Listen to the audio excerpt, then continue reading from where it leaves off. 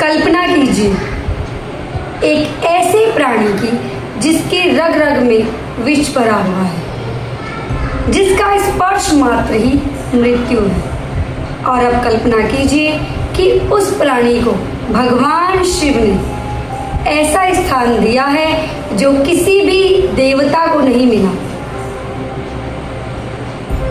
उस प्राणी ने अपने आप को एक रस्सी की तरह इस्तेमाल होने दिया ताकि देवता और असुर मिलकर इस ब्रह्मांड को बचा सके। एक ऐसा प्राणी जिसकी आंखों में समूचा ब्रह्मांड समाया है, जिसके बारे में खुद भगवान विष्णु ने गीता में कहा है, नागों में मैं वासुकी और उनका सम्मान बढ़ा है, जिनकी तपस्या से भगवान शिव पिघल गए।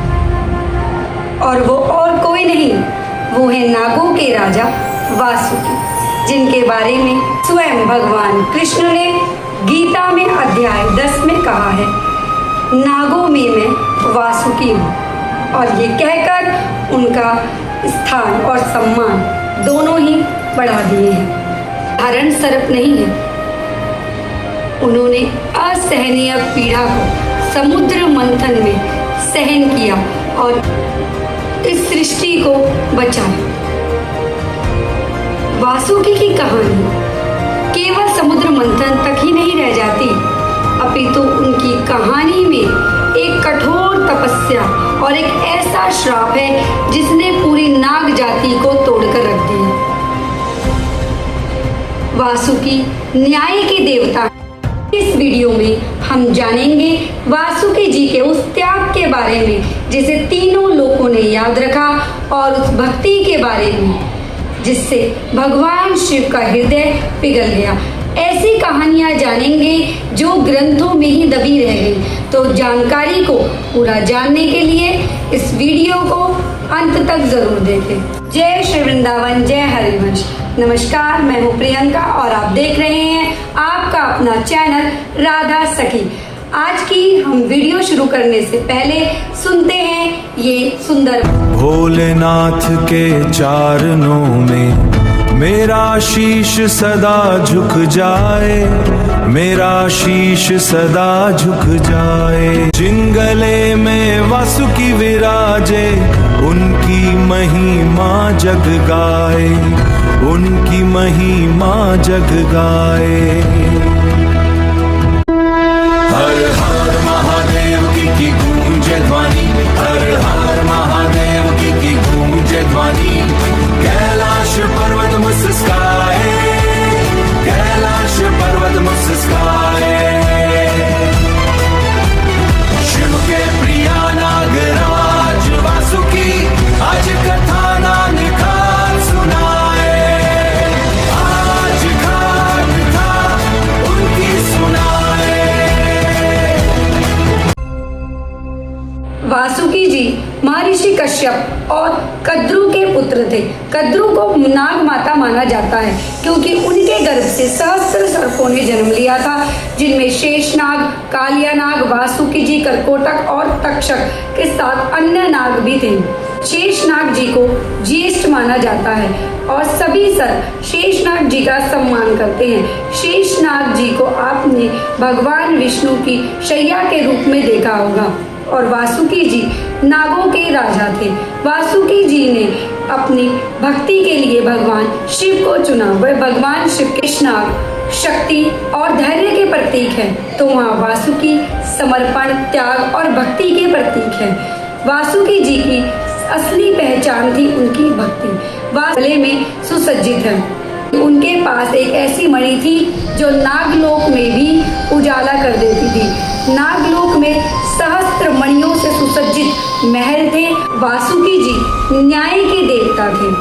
वे सभी को समान समझते थे, चाहे कोई छोटा सर्प हो या बड़ा सर्प हो, सभी को समान इज्जत और प्रेम देते थे। एक बार उनकी माता यानी कि नागों की माता कद्रु और गरुड़ देव की माता विंता में शर्त लड़ी, जिसमें कद्रु ने छल किया और अपने सर्पों से कहा, अपने बच्चों से कहा कि जाकर घोड़े की पूंछ पर लिपट जाओ। उनमें से कुछ बच्चों ने मना कर दिया तो कद्रू माता को गुस्सा आया और उन्होंने श्राप दे दिया कि एक दिन सभी नाग जाति का भविष्य खतरे में आ जाएगा और सभी खत्म हो जाएंगे।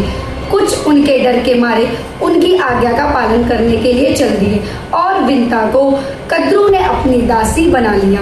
इस बात से वासुकी जी को बहुत बुरा लगा और वासुकी जी राजपाट छोड़कर हिमालय की बर्फीली गुफाओं में भगवान शिव की तपस्या के लिए चल दिए। वासुकी जी ने कठोर तपस्या की, उन्होंने भोजन त्याग दिया, जल त्याग दिया और उन्होंने कई वर्षों तक भगवान शिव की तपस्या की। फिर वह दिन आया जब भगवान शिव प्रकट हुए और भगवान शिव ने वासुकी जी से मनचाहा वरदान मांगने को कहा। तब वासुकी जी ने कहा, ना तो मुझे राजपाट चाहिए, ना अमरत्व चाहिए और ना ही मुझे तीनों लोकों में से कोई लोक ही चाहिए। मैं केवल हमेशा आपकी सेवा में उपस्थित रहना चाहता हूँ, हमेशा आपके साथ रहना चाहता हूँ। उनके इस निस्वार्थ भक्ति प्रेम से भगवान शिव अत्यंत प्रसन्न हुए और उन्होंने वासुकी जी को वह स्थान दिया जो आज तक किसी देवता को नहीं मिला। उन्होंने वासुकी जी को सम्मान दिया और उन्हें अपने गले में धारण कर लिया। तब से भगवान शिव के गले में वासुकी नाग विराजमान है। अब वासुकी जी के जीवन में नया मोड़ आने वाला था। एक समय की बात है, दुर्वासा ऋषि जी ने इंद्रदेव जी को एक फूलों से सुसज्जित हार बनाकर दिया। इंद्र ने अहंकारवश वह हार नहीं लिया और अपने हाथी ऐरावत को पहना दिया। ऐरावत ने उस हार को निकालकर अपने पैरों से कुचल दिया। उस समय दुर्वासा ऋषि अत्यंत क्रोधित हुए और उन्होंने देवताओं को श्राप दे दिया कि वह श्रीहीन संपत्तिहीन हो जाएंगे और उसी क्षण स्वर्ग से सारी संपत्ति गायब हो गई और असुरों के राजा बलि ने स्वर्ग पर आक्रमण कर दिया और स्वर्ग छीन लिया, परंतु स्वर्ग में कुछ भी बचा नहीं था। तब सभी असुर और देवता मिलकर भगवान विष्णु के पास गए और भगवान विष्णु ने समुद्र मंथन का उपाय दिया, परंतु समुद्र मंथन के लिए मंदरांचल पर्वत के लिए एक रस्सी की जरूरत थी और वो रस्सी ऐसी होनी चाहिए थी जो पूरे पर्वत का भार सह सकती और ना वो टूटती और ना वो कमजोर होती। ऐसी कोई रस्सी देवताओं और असुरों को समझ नहीं आ रही थी। तब वासुकी जी को रस्सी के रूप में इस्तेमाल करने का विचार उनके मस्तिष्क में आया और वह चल दिए नागलोक राजा वासुकी जी से मदद मांगने के लिए। जब देवता और असुर हाथ जोड़कर वासुकी जी के पास नागलोक में मदद मांगने के लिए गए, तब वासुकी जी कुछ समय तक तो मौन रहे।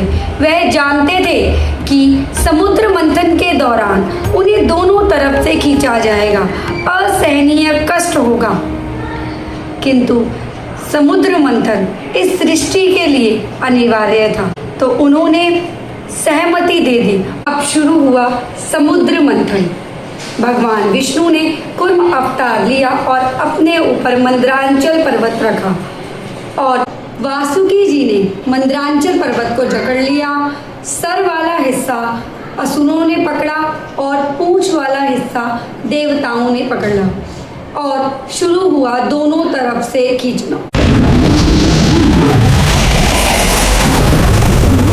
वासुकी जी को अत्यंत पीड़ा हो रही थी क्योंकि असुर पूरी शक्ति लगाकर वासुकी जी का सिर वाला हिस्सा खींच रहे थे और उधर देवता उनका पूंछ वाला हिस्सा खींच रहे थे।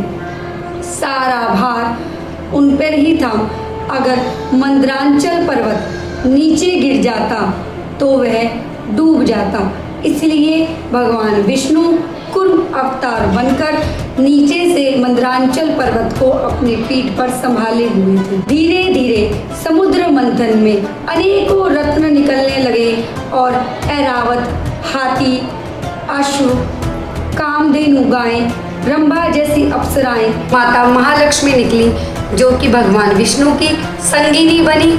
और फिर निकले देवताओं के वैद्य धन्वंतरी हाथ में अमृत कलश लेकर। और फिर निकला हलाहल। जैसे ही हलाहल निकला, सारा समुद्र विष से काला हो गया और सभी देवता और असुर वासुकी जी को, जो दोनों तरफ से खींच रहे थे, तुरंत छोड़कर समुद्र में से बाहर निकले, क्योंकि उसकी गंध इतनी खतरनाक थी जो सीधा फेफड़े, शरीर के सभी अंगों को जला रही थी। उसमें से इतनी अग्नि निकल रही थी, इतना ताप निकल रहा था कि सहन कर पाना कठिन था। केवल वासुकी जी रह गए थे समुद्र के बीच में, मंद्रांचल के चारों ओर लिपटे हुए। वासुकी जी, उन्हें अत्यंत पीड़ा हो रही थी, जगह जगह घावों के निशान थे, अंचल पर्वत के चारों ओर लिपटे हुए थे। आपके मन में ये सवाल आ रहा होगा, जब सब भाग गए तो वासुकी जी क्यों नहीं निकले वहां से? वो इसलिए वह नहीं जा सकते थे क्योंकि उन्होंने वचन दिया था कि जब तक समुद्र मंथन पूरा नहीं हो जाएगा से नहीं हटेंगे। वह भी उस विष को सहन नहीं कर पा रहे थे। जगह जगह से उनका शरीर जलने लगा, रक्त निकलने लगा और उनकी इस पीड़ा को भगवान शिव ने महसूस किया। आए महादेव, और महादेव ने संपूर्ण सृष्टि की रक्षा के लिए उस हलाहल को पी लिया। माता पार्वती ने भगवान शिव का कंठ पकड़ लिया और फिर वासुकी जी ने महादेव जी को जकड़ लिया ताकि उनका विष शरीर में नीचे ना फैले। वो लिपट गए महादेव जी से और उनकी आंखों से आंसू बहने लगे, क्योंकि समुद्र मंथन का दुख एक तरफ और अपने आराध्य देव को विष पान करते हुए देखने का दुख असहनीय था उनके लिए। तभी से महादेव का कंठ नीला हो गया और महादेव नीलकंठ कहलाए। ये कहानी यही नहीं समाप्त होती। एक बार त्रिपुरासुर नाम के 3 असुर थे और उन्होंने ब्रह्मा जी की कठोर तपस्या की और ब्रह्मा जी ने प्रकट होकर उन्हें वरदान मांगने को कहा। तो उन्होंने आजीवन ना मरने का वरदान मांगा, किंतु ब्रह्मा जी ये वरदान देने में असमर्थ थे। तो उन्होंने 3 ऐसे महल मांगे जो हमेशा हवा में अलग अलग दिशाओं में उड़ते रहे और केवल क्षण के लिए ही एक सीध में आए, और उसमें उन्होंने अमृत रखा। अमृत का एक ऐसा कुंड बना दिया था जिसके अंदर कोई मरा हुआ असुर अगर डालते तो वो पहले से दुगनी तिगनी शक्ति का होकर बाहर निकलता। और ब्रह्मा जी ने यह वरदान दे दिया और वह चले गए। असुरों ने तीनों लोकों में सबका जीना मुश्किल कर दिया, उन्हें मार पाना असंभव हो गया। तब सबने भगवान शिव से प्रार्थना की कि वह उनका अंत करें। तब भगवान जी ने पाशुपत अस्त्र साधा और वासुकी जी को प्रत्यंचा के रूप में इस्तेमाल कर जिस समय क्षण के लिए वो तीनों महल एक लाइन में आए और तुरंत इतनी तेजी से पाशुपत अस्त्र चलाया कि तीनों के तीनों महल एक बाण से ही नष्ट हो गए और सभी देवताओं और असुरों ने उनकी त्रिपुरासुर वध के बाद भगवान शिव त्रिपुरारी कहलाए। वासुकी जी ने सदा सबकी सहायता की है। बात महाभारत काल की है, जब कौरवों ने भीम को खीर में विष मिलाकर दे दिया था और भीम ने उसे खा लिया था। तब कौरवों ने भीम को लताओं से जकड़कर नदी में गिर दिया था और नदी इतनी गहरी थी कि भीम नदी में पाताल लोक में पहुंच गए। वहां सभी सांपों ने उन्हें काटना शुरू कर दिया। विष को विष ही मारता है। जो विष उन्होंने पिया हुआ था, जैसे ही सांपों ने उन्हें काटा, विष का असर समाप्त हो गया और वे तुरंत होश में आए और उन्होंने सांपों से युद्ध करना शुरू कर दिया। वासुकी जी ने भीम को बुलाया और जब उन्हें पता चला कि उनके साथ छल हुआ है, तो वासुकी जी ने भीम जी की मदद की, एक ऐसा अमृत दिया जिससे उनके अंदर 10,000 हाथियों का बल आ गया। तो ये थे वासुकी जी जो सदा ही सबकी सहायता करते थे। फिर एक समय ऐसा आया जब उनकी माँ का श्राप सत्य होने जा रहा था। परीक्षित जी को श्राप दिया गया कि वह 7 दिन में तक्षक नाग द्वारा डसे जाएंगे और 7वें दिन तक्षक जी राजा परीक्षित को डसने के लिए आए और उनकी मृत्यु हो गई। पिता की मृत्यु से उनके पुत्र जन्मेजय को बहुत दुख हुआ। फिर अचानक जन्मेजय को एक बात पता चली और वह ये कि जिस समय तक्षक नाग आ रहे थे उसी समय ऋषि कश्यप उन्हें बचाने के लिए आ रहे थे। रास्ते में तक्षक नाग ने उनसे कहा कि उनका जो जहर है तक्षक नाग का वो इतना विषैला है कि एक क्षण भर में ही किसी को भी राख बना सकता है। और उन्होंने उदाहरण के तौर पर एक पेड़ को डस लिया और देखते ही देखते वह पेड़ राख बन गया। तब उसी समय ऋषि कश्यप ने अपने मंत्रों की शक्ति से उस पेड़ को फिर से हरा भरा कर दिया। तो तक्षक नाग ने सोचा कि ये राजा परीक्षित को फिर से जीवित कर देंगे। तो उन्होंने भारी धन का लालच देकर और उन्हें समझा बुझाकर अपनी बुद्धि के द्वारा ऋषि कश्यप को वापस भेज दिया। जब यह बात जन्मेजय को पता चली कि उनके पिता महाराज परीक्षित जी को बचाया जा सकता था, किंतु तक्षक के छल के द्वारा उन्हें बचाना असंभव हो गया, तब उन्होंने संपूर्ण नाग जाति को दंड देने का निश्चय किया और उन्होंने एक ऐसा यज्ञ आयोजित किया जिसमें सभी सर्प आकर खुद ही जलने लगे। हर एक मंत्र में हर एक सर्प का नाम लिया जाता और वो सर्प कत्रों की शक्ति से खींचा चला आता और उस यज्ञ में स्वाहा हो जाता। देखते ही देखते सारा सर्वलोक खाली होता चला गया। केवल वासुकी जी रह गए विचार करते हुए। अचानक वासुकी जी को याद आया कि ब्रह्मा जी ने उन्हें एक बार यह बताया था कि ऐसा खतरा आ सकता है और उनकी बहन का बेटा आस्तिक मुनि ही उन्हें बचा सकते हैं। उन्होंने अपनी बहन मनसा देवी को बुलाया और उनसे प्रार्थना की कि वह अपने पुत्र को भेजकर नाग जाति बचाए।